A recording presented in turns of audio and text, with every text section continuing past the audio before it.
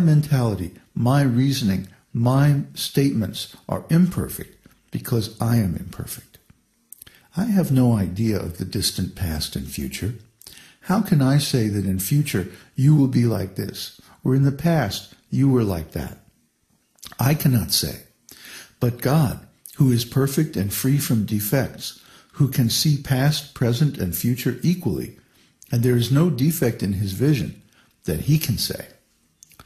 So here is the statement of the Supreme Person, that we were individuals in the past, in the present, and the future, without any conditions, unconditionally, present, past, and future, we will be individual persons. We have to believe it. If we don't believe it, then we are the loser. He is the perfect being, who is eternal and all-pervading. That means although you see him as a person, Krishna, he's also present everywhere by his energetic expansions. Krishna, although he's present before Arjuna, instructing him, is all-pervading at the same time. A crude example of all-pervasiveness is the sun. At 12 o'clock noon, you can see that the sun is above your head. And 5,000 miles away, if you telephone your friend and ask, "Where is the sun?" he'll say, "It's shining here." And 5,000 miles the other way, if you call, everyone will say, "The sun is shining here." So if a material thing like the sun can be so all-pervading, shining in so many places at the same time, then the Supreme Spiritual Being, the Supreme Personality of Godhead, is even more all-pervading than the sun. He is the perfect being who has eternal knowledge, eternal consciousness. So when Krishna says that you and myself and all these beings are existing as individuals eternally, he can really know because he has got eternal consciousness. He has actual personal experience of what I was in my previous life. But because my consciousness is conditioned by my material impurities, it is not eternal. Therefore, I have forgotten what I was in my previous birth, and neither can I say what I shall be in my next birth. These are the distinctions between our consciousness and God's consciousness. If we falsely claim that I am God, I am that supreme consciousness, this is lunacy, this is madness. We should not indulge our ego in that way, and anyone teaching in that way is simply cheating. It is not possible that we can become God, because God is never overcome by ignorance. His consciousness is all-pervading in both space and time. He has perfect knowledge of past, present, and future, but we do not. So how could someone who has no perfect knowledge suddenly become perfect in knowledge? It's not possible. This is Krishna. Krishna knows everything. Well, we don't know everything. Our consciousness is very small and limited because we are actually his parts and parcels, little atomic pieces of Krishna. Therefore, Bhagavad-gītā is an authoritative book. Krishna, the speaker of Bhagavad-gītā, is the perfect being who is eternal and all-pervading, omnipotent and omniscient. All we individual souls are more or less subject to the affliction of ignorance. All living entities except God are subjected to ignorance and forgetfulness. We are overwhelmed by ignorance and false egoism. Because of false egoism, without having any qualification, someone can declare that I am God? Come on. How can we be God when we are subject to false egoism, desire, aversion, and the dread of death?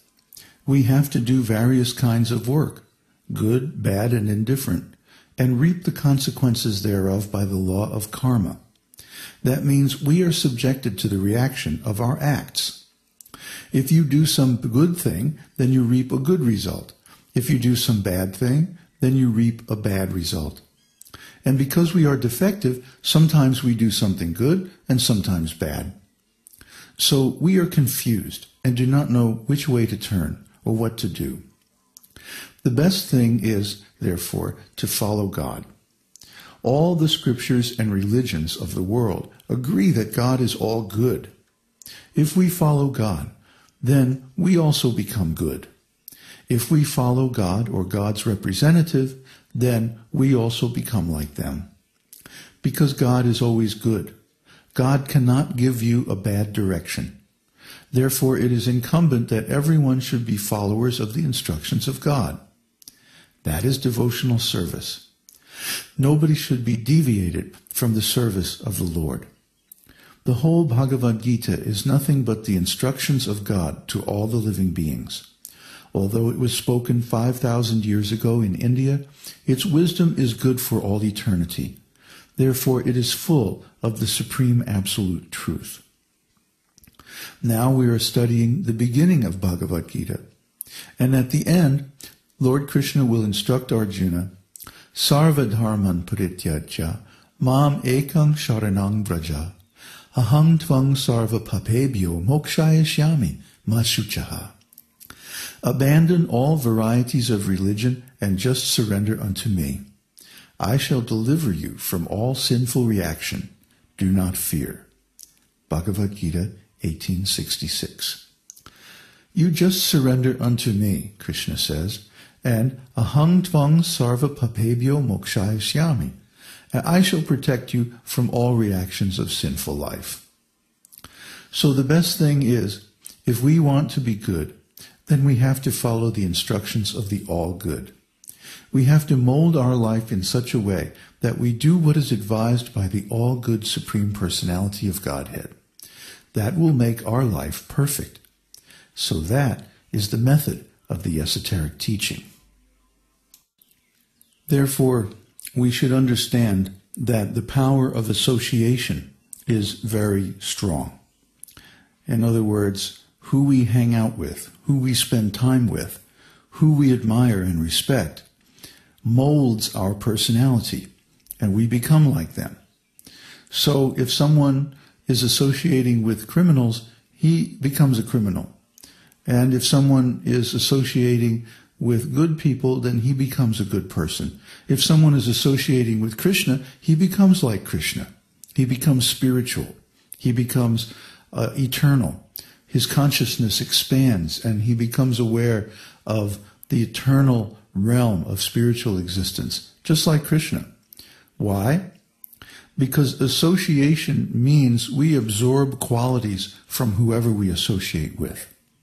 If we hang out with people who have good qualities, then we absorb the good qualities. If we hang out with people who have bad qualities, we absorb them too.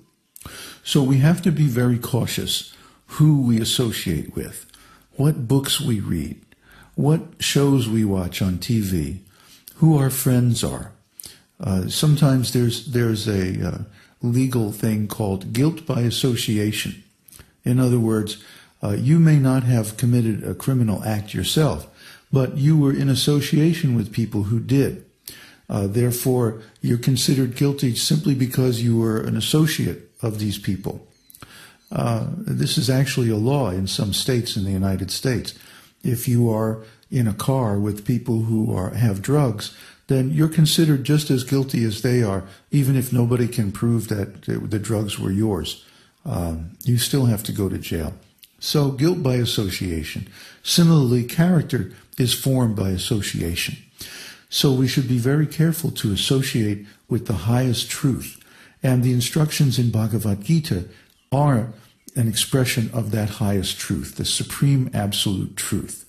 And this is the foundation upon which we shall develop our spiritual consciousness and realize our perfect spiritual body.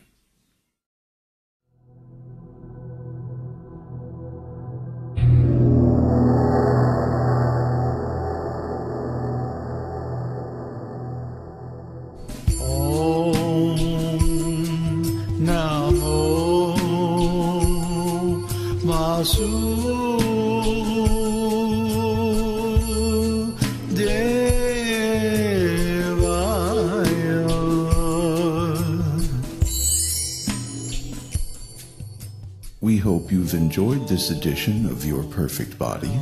This is David Hughes, your host, reminding you to visit us on the web at esotericteaching.org, where you can purchase the complete Esoteric Teaching Introductory Seminar DVD and many CDs of transcendental music and mantras.